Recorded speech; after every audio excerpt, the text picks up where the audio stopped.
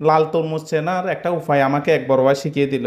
সেই হিসাবে আজকে আমি নিজেও কিনে আনলাম। তো আসলে যেটা শিখিয়ে দিল সেই হিসাবে আমি কিনে আনার পরে দেখলাম যে আসলে লাল। এটা আসলে কতটুকু সত্য মিথ্যা জানি না, তবে উনি যেভাবে বলেছেন আমি ঠিক সেভাবে আনছি। সেটা আপনারাও ট্রাই করে দেখতে পারেন, কতটুকু সত্য মিথ্যা আপনারাও বুঝবেন। আমি আমার দিক থেকে ভালো দেখলাম। তো একটা বিষয় খেয়াল করলাম যে আসলে তরমুজের যে মুখের ফুলগুলো, কিছু মুখের ফুল থাকে ছোট আর কিছু মুখের ফুল থাকে বড়।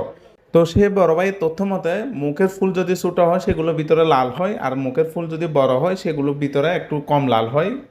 তো সেই হিসাবে আমি আজকে একটু ছোট ফুলের দেখে কিনে আনলাম, কিনে আনার পরে দেখলাম না, ভিতরে আসলে লাল।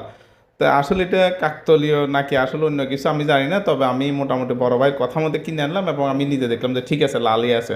সত্য মিথ্যা যাই হোক, আমি ওনার কথার মিল পেয়েছি। আপনারা একটু ট্রাই করে দেখতে পারেন আসলে কতটুকু সত্য মিথ্যা।